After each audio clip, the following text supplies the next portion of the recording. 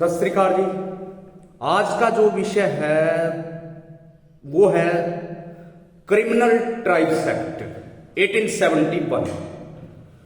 बड़ा इंपॉर्टेंट विषय है आधुनिक भारत के इतिहास के लिए और हम सभी को समझना भी चाहिए, क्योंकि ब्रिटिशर्स यहां पे ईस्ट इंडिया कंपनी के रूप में आए थे 31 दिसंबर 1600 ईस्वी में।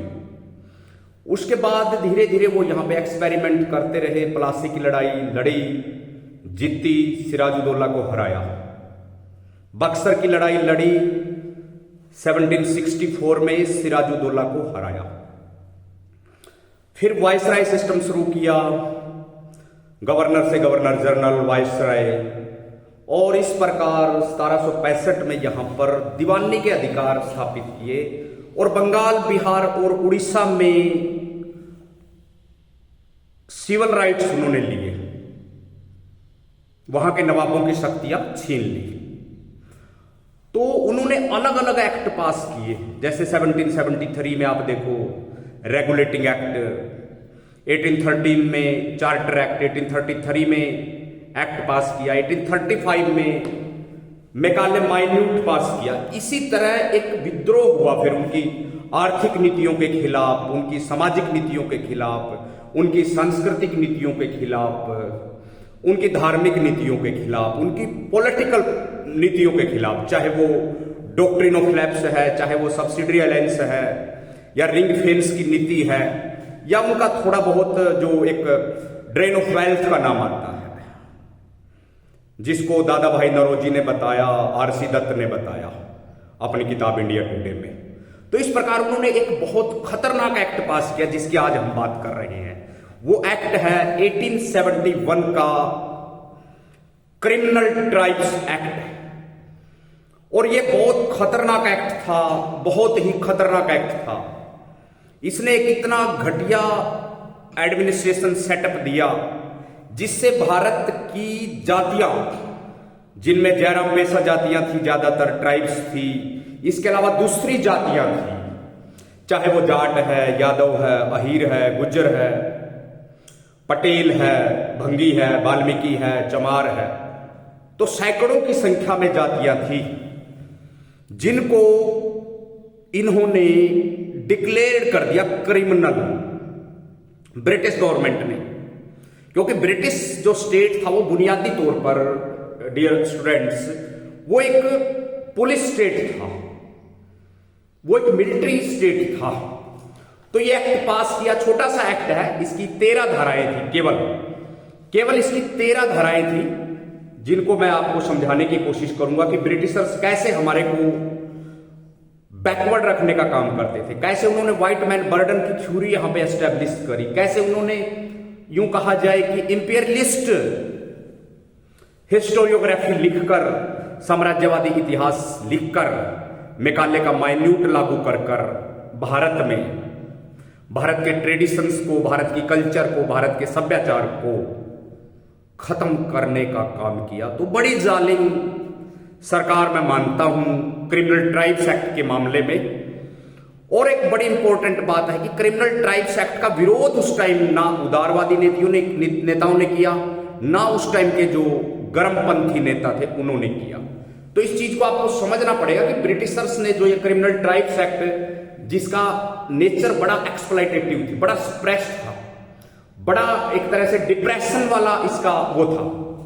तो इसमें क्योंकि 1857 का जो विद्रोह हुआ था, उसके बाद ब्रिटिशर्स को ये लगा, 1857 का जो रिवोल्ट हुआ था, जिसमें मंगल पांडे का विद्रोह की बात आती है, बैरकपुर छावनी, मेरठ छावनी की बात आती है, बाकी भारत की सभी रियासतों में विरोध हुआ, कुछ रियासतों को छोड़कर जो ब्रिटिश प्रो थी।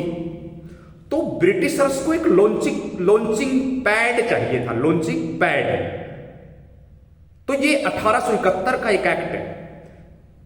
हालांकि इसका आधार वो मानते हैं ब्रिटिशर्स, जो हम हिस्ट्री पढ़ते हैं, उनका अध्ययन करते हैं, तो वहां पे हमें पता लगता है कि ब्रिटिशर्स 1857 के रिवोल्ट में हार गए थे। हालांकि ब्रिटिशर्स के जो कमांडर थे उन्होंने बड़ी वीरता के साथ काम किया, हमारे लेकिन जो फ्रीडम फाइटर थे उन्होंने एक तरह से ब्रिटिशर्स को ये तसल्ली करा दी कि ब्रिटिशर्स जो है यहाँ पे शोषण फैला रहे हैं, चाहे आर्थिक शोषण हो, राजनीतिक शोषण हो। और अगर 1857 हम अच्छे से लड़ देते तो शायद भारत 15 अगस्त 1947 को आजाद ना होता, 1857 में भारत आजाद हो जाता। ये बड़ा एक जेन्युइन सा विषय है। तो बात कर रहा हूं 1871 का एक्ट उन्होंने इसलिए एस्टेब्लिश किया, इसलिए लाया कि ताकि दोबारा से 1857 जैसा विद्रोह ना हो, दोबारा से 1857 जैसा कोई रिवोल्ट ना हो। तो इस चीज को समझना पड़ेगा, मानना पड़ेगा, पहचानना पड़ेगा। तो इस प्रकार ये 1871 का रिवोल्ट, जिसमें जातियों को सामाजिक राजनीतिक रूप से बैकवर्ड रखने की बात हुई, वो कोई रिवोल्ट ना कर सके, क्योंकि इससे पहले 1857 से पहले भी रिवोल्ट हुए हैं। खासकर कोई मुंडा विद्रोह है, कोई संथाल है, कोई आप कहा जाए कि गोंडा विद्रोह है,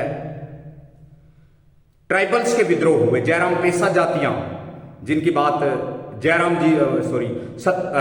जयपाल जी मुंडा ने उठाई, उनका विद्रोह होता रहा है, उससे डरती थी। लेकिन 1858 में जो विक्टोरिया डिक्लेरेशन हुई, विक्टोरिया महारानी जो थी, उसको भारत की साम्राज्ञी घोषित कर दिया गया।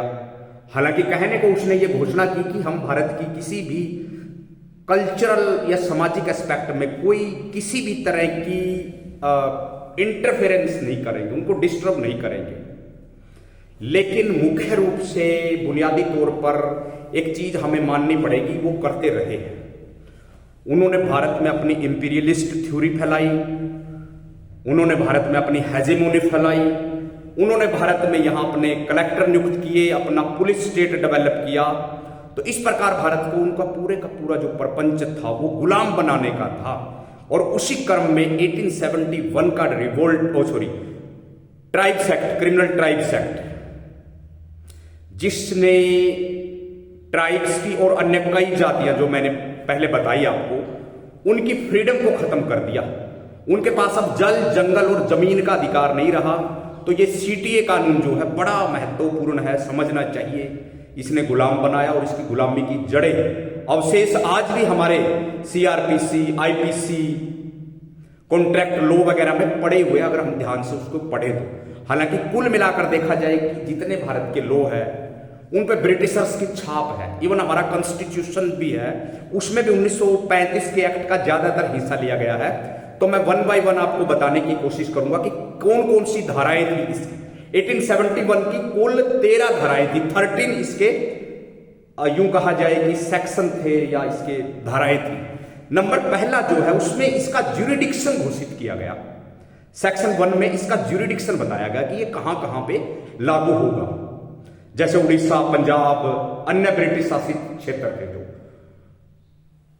और उत्तर पश्चिमी जो एरिया था वो, तो वहां का इसका ज्यूरिडिक्शन क्या था। इसका एक तरह से आप न्यायाधिकार क्षेत्र, जैसे थाने का एक ज्यूरिडिक्शन होता है, कोर्ट का होता है, तहसील का होता है, सब डिवीजन का होता है, डिस्ट्रिक्ट का होता है, ऐसे ही बताया गया कि ये एक्ट कहां कहां पे लागू होना है। और इसका नाम बताया गया कि इसका पूरा नाम जो है क्रिमिनल ट्राइब्स एक्ट है 1871। तो इसका एक्ट 1 क्या है, पहला एक्ट का पहली सेक्शन क्या है कि इसका ज्यूरिडिक्शन बताया गया और इसका जो है नाम इसमें डिक्लेयर किया गया। जनरली जितने भी एक्ट पढ़ते हैं उसमें नाम जरूर बताया जाता है कि उसकी डेफिनेशन क्या।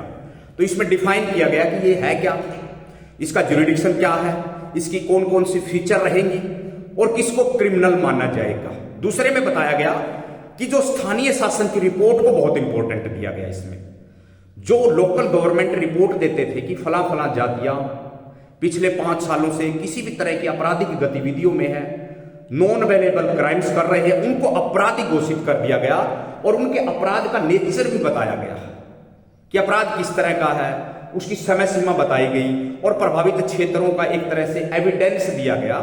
ये वहां की लोकल गवर्नमेंट की रिपोर्ट, जैसे आजकल एनआरसी वगैरह की बात चलती है, आजकल सीएए की बात चलती है, तो उसमें भी कहीं ना कहीं लोकल गवर्नमेंट को एक आधार बनाया जाएगा, वो बताएगी। जैसे आजकल इंटेलिजेंस वाले होते हैं, उनके पास लोकल सारी इंफॉर्मेशन होती है कि कौन व्यक्ति किस फील्ड से जुड़ा हुआ है, उसका सामाजिक, आर्थिक, राजनीतिक पैराडाइम क्या है। तो सेकंड नंबर जो सेक्शन है, सेक्शन 1 में नाम दिया, सेक्शन 2 में स्थानीय शासन की रिपोर्ट बताएगी, उसके आधार पर किसी जाति को या किसी समुदाय को क्रिमिनल घोषित किया जाएगा, क्रिमिनल डिक्लेयर किया जाएगा। सेक्शन 3 में आपराधिक जनजाति की घोषणा कर देगी, डिक्लेयर किया कि यह आपराधिक जनजाति है। तो इसमें रिपोर्ट्स की जो घोषणा है, उसकी घोषणा जो करता था रिपोर्ट्स देखने के बाद कि ये यहाँ की आपराधिक जनजाति है, क्रिमिनल ट्राइब्स है, उसकी घोषणा जनरली उस स्टेट का गवर्नर करता था। ब्रिटिश गवर्नमेंट के दौरान बुनियादी तौर पर फंडामेंटली हर जो प्रांत होता था उसके गवर्नर होते थे, क्योंकि 3 प्रेसिडेंसी तो हमें याद रहती है, बंगाल, बिहार और उड़ीसा, लेकिन बाकी के स्टेट याद नहीं रहते, इसका भी ध्यान देना जरूरी है।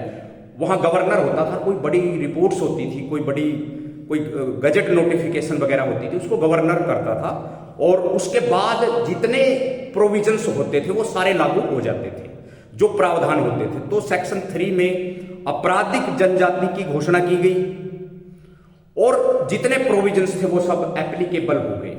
उसके बाद अधिसूचना का प्रकाशन हुआ सेक्शन 4 में, कि जो नोटिफिकेशन हुई सरकारी गजट में, उस नोटिफिकेशन के अकॉर्डिंग, उस अधिसूचना के अकॉर्डिंग उनको अपराधी घोषित कर दिया गया कि ये जातियां अपराधी किस्म की है, इन पर नजर रखी जाए, इनको डेली थाने में आकर रिपोर्ट करनी है, इनको अपना नाम वगैरह सारा डिटेल्स थाने में देना होता था।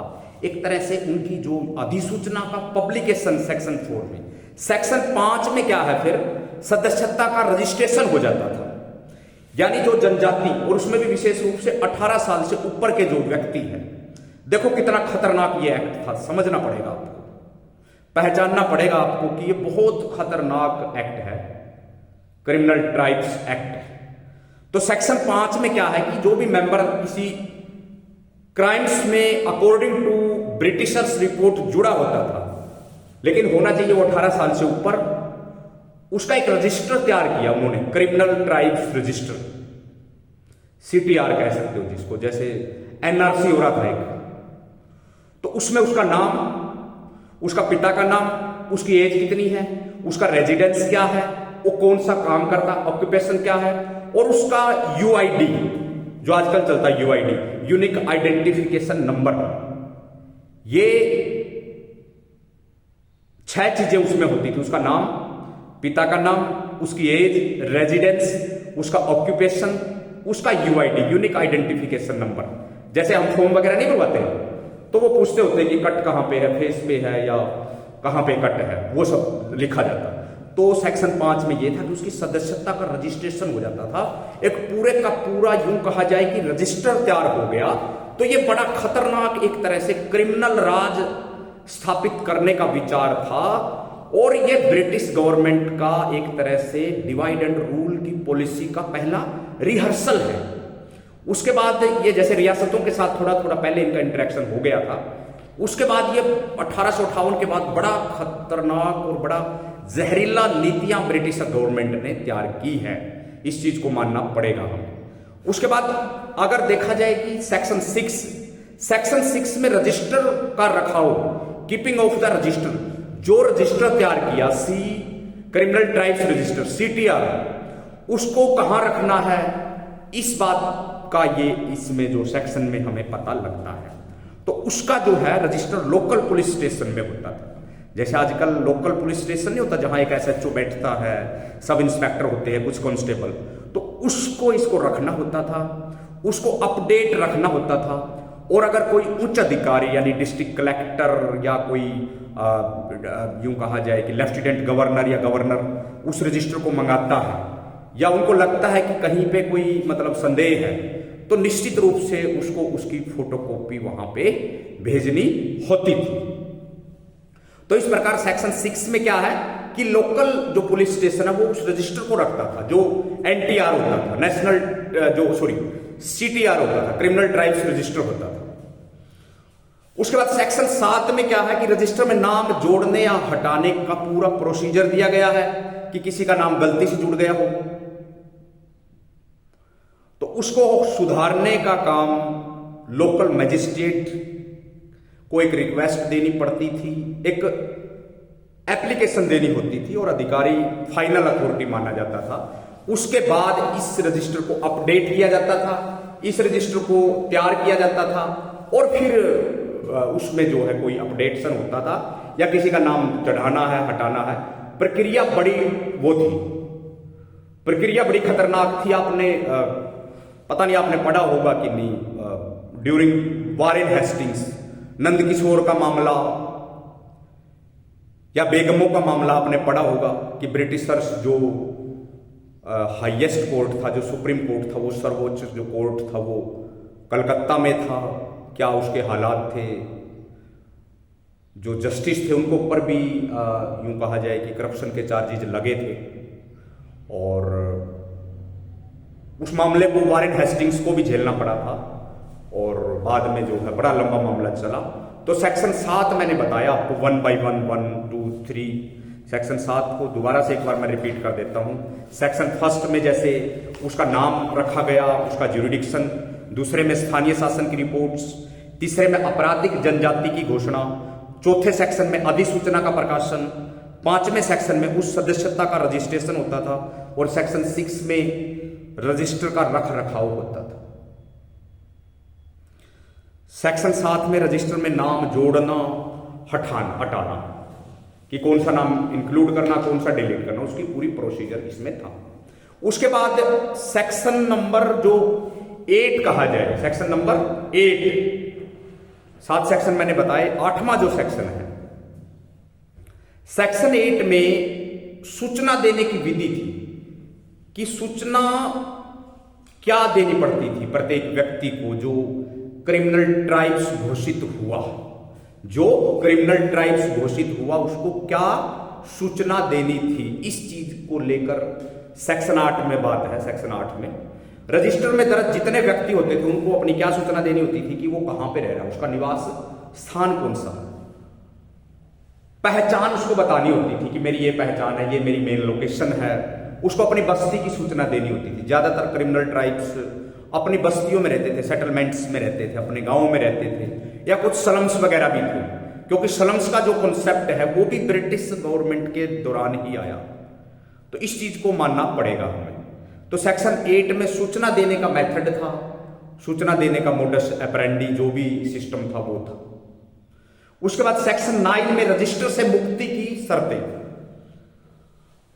सेक्शन 9 बहुत इंपॉर्टेंट है। इसमें उन ट्राइब्स को रजिस्टर से हटा लिया जाता था, उनको क्रिमिनल नहीं माना जाता था जिनका पिछले 5 सालों के दौरान, जिनका यूं कहा जाए कि व्यवहार या जिनकी हैबिट्स, प्रैक्टिस बिना किसी अपराध के रही हो, लेकिन अंतिम शक्ति डिस्ट्रिक्ट कलेक्टर के पास होती थी।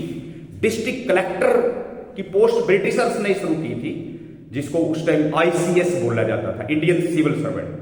बाद में ये लंबी प्रक्रिया भारत में UPSC बनी, IAS इसको नाम दिया गया और ये सब बातें मैंने पहले बताई आपको कि पहला ICS कौन था, इंडियन कौन था और ये सब बातें, है ना। जैसे हम जब कांग्रेस का पढ़ते हैं तो हमें पता लगता है कि इटावा का ICS था एओ ह्यूम, जिसने कांग्रेस की स्थापना की। तो कांग्रेस की स्थापना इस प्रकार हुई।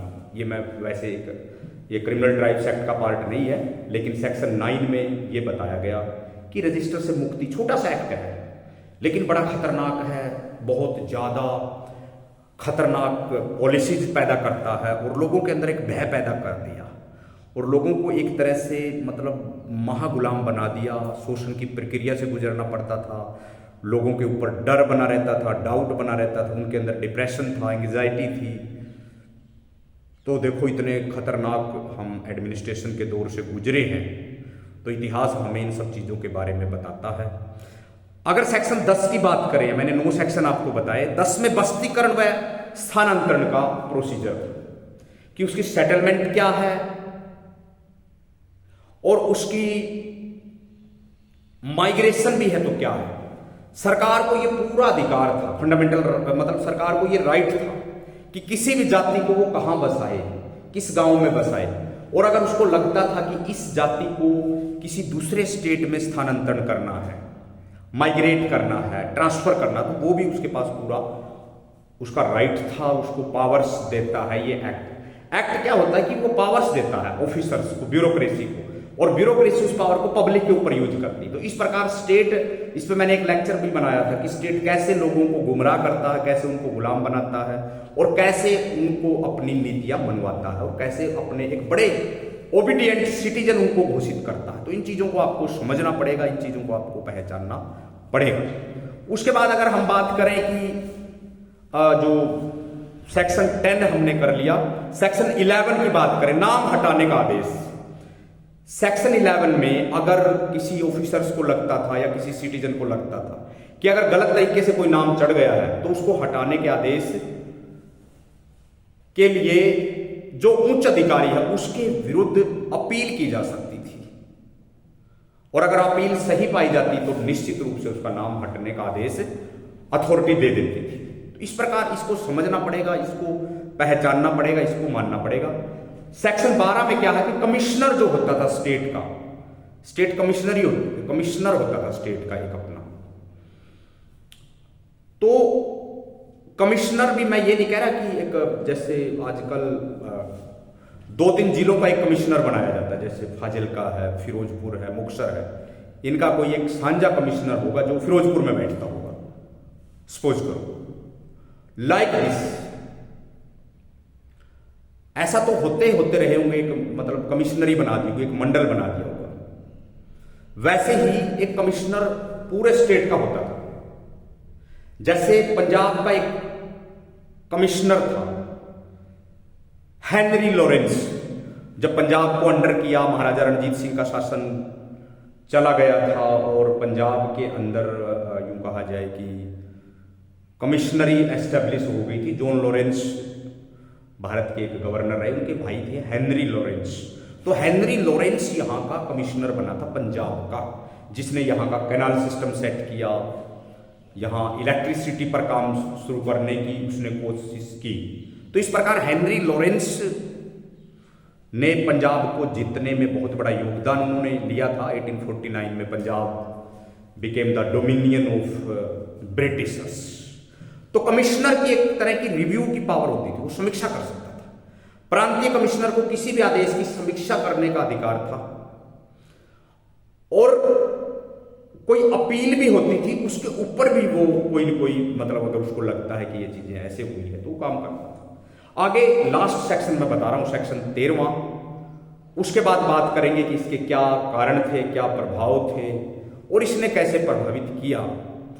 तो सेक्शन 13 में स्थानीय सरकार द्वारा निवास स्थान पर बस्ती बसाने की सूचना, कि लोकल गवर्नमेंट किसी स्पेसिफिक प्लेस पर बस्ती बसाती थी, और जिस गांव व क्षेत्र में यह जनजाति होती थी इसकी सूचना किसको पता होती थी? या तो गांव का जो हेडमैन होता था, या वॉचमैन होता था, या जमींदार। ये 3 पोस्ट बड़ी इंपॉर्टेंट ब्रिटिशर्स के लिए, या तो ग्राम का हेडमैन, या वॉचमैन, या तो वहां का जमींदार होता था। जमींदारों ने तो ब्रिटिशर्स का बहुत बड़ा मदद की है। जमींदार एक सामंत का ही काम करते रहे, और कई प्रिंसली स्टेट्स ने भी, इस पे विशेष से हम बनाएंगे जब प्रिंसली स्टेट को डिस्कस करेंगे। तो जिस गांव व क्षेत्र में कोई जनजाति रहती है इसकी सूचना कौन देता था? ग्राम हेडमैन, वॉचमैन और जमींदार, वो सूचना देता था। और अगर लगता था कि वो जनजाति उस स्थान से बाहर जा रही है तो उसको भाई सजा बहुत खतरनाक होती थी, काले पानी की सजा तक होती थी। ब्रिटिशर्स की सजा बहुत खतरनाक थी, बहुत खतरनाक थी। तो इस प्रकार क्रिमिनल ट्राइब्स एक्ट एक खतरनाक एक्ट था, जिसने भारत की सैकड़ों जातियों को गुलाम बनाने का एक बहुत बड़ा प्रपंच रचा। यह बहुत बड़ी एक हिस्टोरिकल कॉन्स्पायरेसी है, और इससे भी बड़ी कॉन्स्पायरेसी वो है कि जो इंडियन नेशनल कांग्रेस थी उसके 2 धड़े थे, मॉडरेट और एक्सट्रीमिस्ट। मॉडरेट का टाइम जो है 1885 से 1905 तक है, और एक्सट्रीमिस्ट का टाइम 1906 से लेकर 1919 तक है, और 1920 से गांधीयन जो चरण है उसका टाइम है। इन तीनों ने ही क्रिमिनल ट्राइब्स एक्ट के बारे में नहीं बोला। हालांकि बाल गंगाधर तिलक ने बोला है, जयपाल मुंडा जी ने बोला है, सादतुल्ला जी ने बोला है, लेकिन इन लोगों ने नहीं बोला। तो ये बड़ी खतरनाक एक साजिश थी। इस चीज को समझना पड़ेगा कि क्रिमिनल ट्राइब्स एक्ट का कितना इंपैक्ट हुआ, जिससे भारत का सामाजिक, आर्थिक, राजनीतिक, सांस्कृतिक पूरे का पूरा प्लेटफॉर्म वो प्रभावित हुआ। और ब्रिटिशर्स के लिए ये एक लॉन्चिंग पैड बन गया, जहां से वो अपने जहाज को उड़ा सकते थे, जितना चाहे उड़ा सकते थे। उसके बाद जो विरोध उन्होंने 1857 से पहले झेलना पड़ा, कितने किसान विद्रोह हुए, कितने ट्राइबल्स विद्रोह हुए, कितने विद्रोह हुए, और 1857 का विद्रोह हुआ। ऐसा कोई विद्रोह 1871 के बाद नहीं हुआ जिसने ब्रिटिशर्स की नींद हराम कर दी हो, क्योंकि ब्रिटिशर्स ने अपने लॉ एंड ऑर्डर का जो सिस्टम था उनका, उसको बहुत ज्यादा उसका पैराडाइम फैला दिया। तो इस प्रकार मुझे लगता है कि क्रिमिनल ट्राइब्स एक्ट एक बड़ा खतरनाक, एक बड़ा डेंजरियस सिस्टम था, और इसने उस मार्शल कौम को, उस पराक्रमी जाति को जिसने सदियों से बड़े समर्पण के साथ बड़ी लंबी लड़ाई लड़ी, बड़ा लंबा संघर्ष किया, तो उनको कमजोर करने का काम किया, उनको शोषित करने का काम किया क्रिमिनल ट्राइब्स एक्ट ने। तो मेरा यह मानना है कि क्रिमिनल ट्राइब्स एक्ट के मार्फत या उसके माध्यम से जो उनकी जमीनें हड़प ली गई ब्रिटिश गवर्नमेंट के दौरान, उनकी जमीनें वापस होनी चाहिए, और हो सकती है। जैसे अयोध्या की जो जमीन का डिस्प्यूट था, कहा जाता है कि बाबर जो मुगल फाउंडर है, उसने वहां पर बाबरी मस्जिद बनवाई अपने सेनापति के कहने पर, और उस मस्जिद की जमीन के ऊपर आज श्री राम मंदिर बन गया, और सुप्रीम कोर्ट की बेंच ने डिसीजन दिया, वो जमीन दोबारा से राम जन्मभूमि न्यास को दे दी गई। तो इसी तरह इन जातियों की, चाहे वो ये भील जाति है, कोरी है, कुर्मी है, जाट है, सिकलीगर है सॉरी, मीणा है, संथाल है, जाट है, यादव है, अहीर है, गुज्जर है, इनको इनकी जमीनें वापस मिलनी चाहिए, इनको इनका मान सम्मान वापस मिलना चाहिए। नहीं तो इसके बहुत सामाजिक, आर्थिक, राजनीतिक दुष्परिणाम, सांस्कृतिक दुष्परिणाम बढ़ेंगे। क्योंकि मेरा मानना है कि सबसे ज्यादा जो शोषण होता है, सबसे ज्यादा जो एक्सप्लॉइटेशन होता है, वो उसी कम्युनिटी का होता है जो लैंडलेस होती है, जिसकी अपनी एग्रीकल्चर लैंड नहीं होती। तो आज मैंने आपको एक समझाने की कोशिश करी है कि क्रिमिनल ट्राइब्स एक्ट क्या था और इसका नेचर कैसे शोषणकारी था, और इसका मैंने ये भी बताया आपको कि इसकी 13 धाराएं थी, और उन 13 धाराओं का मैंने आपको पूरा मतलब विस्तार से बताया। एक बार और मैं इसका थोड़ा सिनॉप्सिस आपको बता देता हूं। धारा नंबर 1 जो है, जो सेक्शन 1 था, उसमें क्रिमिनल ट्राइब्स एक्ट का नाम ज्यूरिडिक्शन है। सेक्शन 2 में स्थानीय शासन की रिपोर्ट है। सेक्शन 3 में आपराधिक जनजाति की घोषणा है। सेक्शन 4 में अधिसूचना, यानी कोई भी नोटिफिकेशन या कोई भी गजट, उसकी सूचना दी जाएगी या उसका प्रकाशन किया जाएगा। सेक्शन नंबर 5 में सदस्यता का रजिस्ट्रेशन। सेक्शन नंबर 6 में रजिस्टर का रख रखाव। 7 में रजिस्टर में नाम जोड़ना और हटाने की पूरी प्रक्रिया है। और उसके बाद सेक्शन नंबर 8 में जो है वो है सूचना देने की विधि। 9 में रजिस्टर से मुक्ति की कंडीशन बताई कि किसी भी व्यक्ति को कैसे मुक्त किया जा सकता है। 10 में बस्तीकरण व स्थानांतरण की बात है। 11 में नाम हटाने का आदेश है। 12 में कमिश्नर की सीमा समीक्षा शक्ति, और 13 में स्थानीय सरकार द्वारा निर्धारित स्थान पर बस्ती की सूचना। तो इस प्रकार क्रिमिनल ट्राइब्स एक्ट के नेचर के बारे में, उसके कैरेक्टर के बारे में, और मुझे लगता है इसमें मैं फिर बाद में भी आपको पूरा डिटेल से और बताऊंगा, क्योंकि ये ऐसे विषय है जिसने भारत की पूरी ट्रेडिशन को, जैसे क्रिमिनल ट्राइब्स एक्ट हो गया, पूना पैक्ट हो गया, मेकाले माइन्यूट हो गया, तो इन्होंने पूरी भारत की कस्टम को, तहजीब को, भारत की लियाकत को, भारत के सभ्याचार को, भारत की एक आजादी वाली परंपरा को खत्म करने का काम किया। भाई भारत में विदेशी तो बहुत आए, यूनानी आए, ईरानी आए, कुषाण आए, शक आए, हूण आए, अरेबिक आए, तुर्क आए, मुगल आए, फ्रेंच आए, पुर्तगीज आए, डेनिश, स्वीडिश आए, लेकिन जो खतरनाक काम खासकर ऐसे एक्टों के माध्यम से, जैसे क्रिमिनल ट्राइब्स एक्ट जैसे एक्टों के माध्यम से जो किया, तो वो बहुत खतरनाक काम किया। और इस पे विशेष चर्चा मैं दोबारा भी करूंगा, क्योंकि कुछ लोग जो ब्रिटिशर्स को या ब्रिटिशर्स के जो टाउट थे, उनको जो मसीहा मानते हैं, जो उनको भगवान मानते हैं, जो उनको अवतार मानते हैं, जो उनकी पूजा करते हैं, उनके लिए मेरे को लगा कि क्रिमिनल ट्राइब्स एक्ट हमें बताना चाहिए। और इसके ऊपर उन्होंने नहीं बोला, नेहरू ने नहीं इस पर कोई स्टेटमेंट दी, पटेल ने कोई स्टेटमेंट नहीं दी, नेताजी सुभाष ने कोई स्टेटमेंट नहीं दी क्रिमिनल ट्राइब्स एक्ट पे, गांधी ने कुछ नहीं बोला, जबकि ये बहुत चलता रहा और अभी भी ये किसी न किसी अवस्था में, आजकल तो खैर सीधा एनएस से लग जाता है।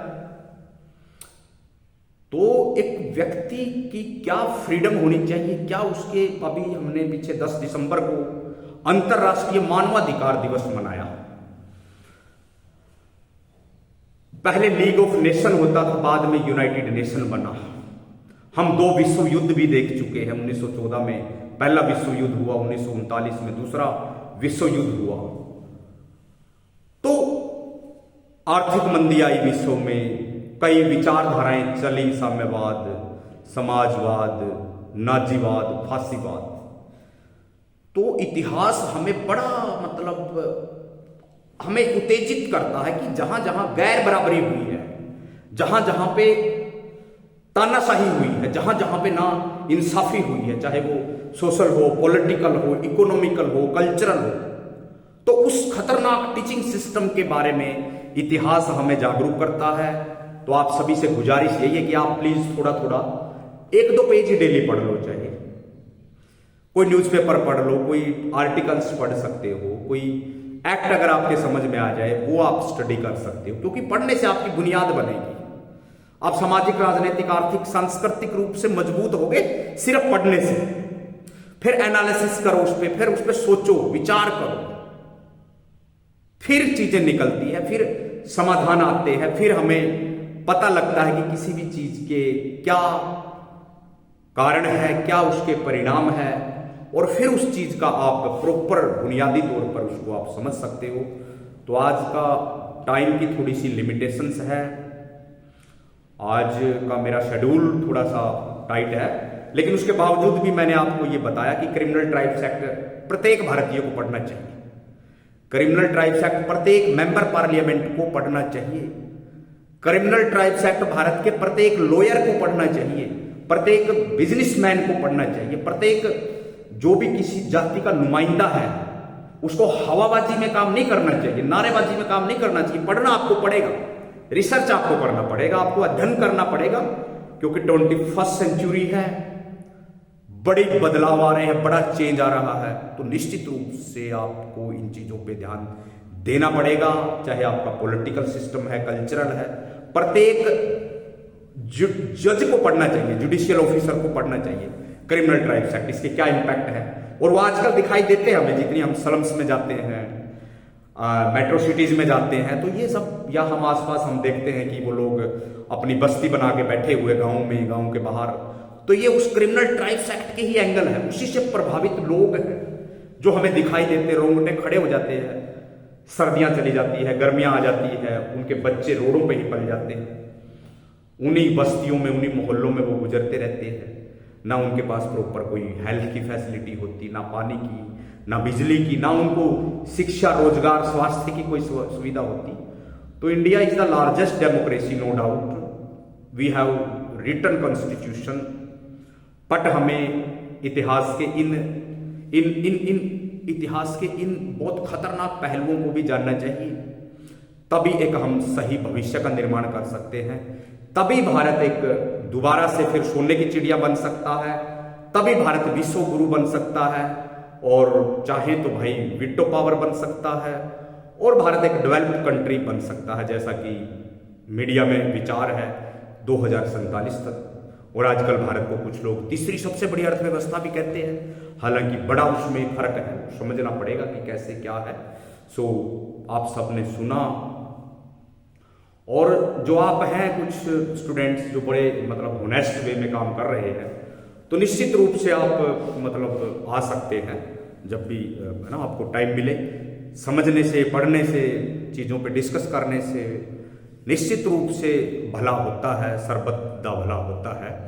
क्योंकि जब आपके पास इंफॉर्मेशन होगी तो निश्चित रूप से आपको नॉलेज मिलेगी, आपको विजडम मिलेगी, विवेक बढ़ेगा, आपका तर्क बुद्धि बढ़ेगी, सहज बुद्धि आएगी, आत्मविश्वास बढ़ेगा, आपके अंदर कंसिस्टेंसी बनेगी। कंसिस्टेंसी बहुत जरूरी है, डिसिप्लिन बहुत जरूरी है, क्योंकि कंसिस्टेंसी से आपको डेली पता रहता है, डेली अपडेट होने का आपके पास मौका होता है। तो निश्चित रूप से आपको इन चीज़ों पर काम करना चाहिए, इन चीज़ों पर आपको विचार करना चाहिए, समझना चाहिए, तभी आपको इंडियन कल्चर समझ में आएगी, तभी आपको इंडिया का सोसाइटी समझ में आएगी। So history is the very largest subject, इसमें बहुत सी चीज़ें हैं, इसीलिए हिस्ट्री को कहा जाता है कि history is the mother of all subjects. इतिहास सभी विषयों की माँ होती है। तो आज हमने क्रिमिनल ट्राइब्स एक्ट किया, कल फिर नए विषय के साथ आएंगे, कोई नया विषय लेंगे, कोई सामाजिक विषय या कोई राजनीतिक विषय। तो आज इन्हीं शब्दों के साथ मैं आप सभी का बहुत बहुत धन्यवाद करता हूं कि आपने मुझे सुना। सभी का बहुत बहुत शुक्रिया। सभी को वाहेगुरु जी का खालसा, वाहेगुरु जी की फतेह। धन्यवाद जी, थैंक यू।